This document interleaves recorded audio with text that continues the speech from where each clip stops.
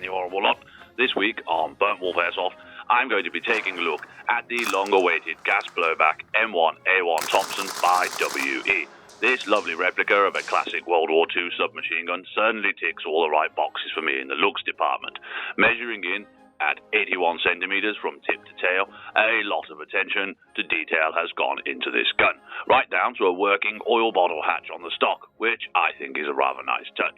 The M1A1 is sturdily constructed, but is a rather lightweight 2.7 kilograms, compared to the whopping 5 kilograms of the real thing.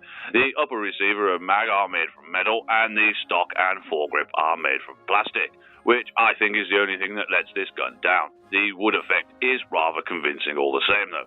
It has the strange pin far selectors like the real thing, allowing it to be set to safe, single and full auto. Sorry lefties, it was made in a time where we were still persecuted. It comes with a 50 round mid-cap mag, which I found a little bit fiddly to load up with BBs, but I didn't have all my speed loader adapters on me at the time of making this review, which would have helped. There's also a bit of a knack to loading the mag into the gun, but that's a universal Thompson thing, as they use guide rails on the rear of the magazine, which means everything needs to go in perfectly vertically or can be a little bit tricky. Something you'll get the knack of though anyway. But enough of the looks and specs, let's talk about how it bloody well shoots. This was a lot of fun to shoot, and I got rather carried away in testing. The gas blowback's done rather nicely, and it has a rather nice kick to it, which you can really see in slow motion. I had no trouble hitting the ping plate at 20 meters in single shot mode, but I think I needed a bit more practice with it in burst mode.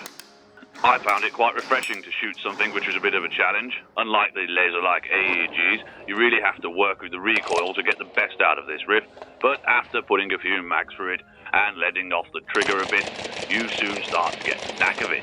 Being gas blowback, however, this will have some trouble shooting in very cold weather. I still managed to get a reasonably consistent 330 FPS out of it on 0.2 BBs, despite the cold, by keeping a mag warmed up in my pocket, which is promising for this being usable for most of the year. As far as gas efficiency goes, I think in warmer weather you would easily get 2 mags worth out of a single filling, as I managed to get about a mag's worth shooting it in colder weather. Costing £350, the M1A1 is well worth the money and is a lot of fun to shoot. It's perfect for those looking for a gas blowback submachine gun to complete their World War II loadout. The only thing that I think lets this gun down, as I said before, is the plastic stock. As so much attention to detail has gone into the look of this gun, it would be nice to get the complete package with some wooden furniture that would also bring the gun's overall weight up and get rid of the hollow plastic sound to the stock. And that's my first impression of the M1A1 by WE. Big thanks goes to the chaps from Grange Airsoft for letting me review their stock. There's a link in the description to their online store for anyone wishing to purchase one of these. As always, thanks for watching, and don't forget to like and subscribe for more tips, tricks, reviews, and how-tos. Anyway, back to what you were doing. That is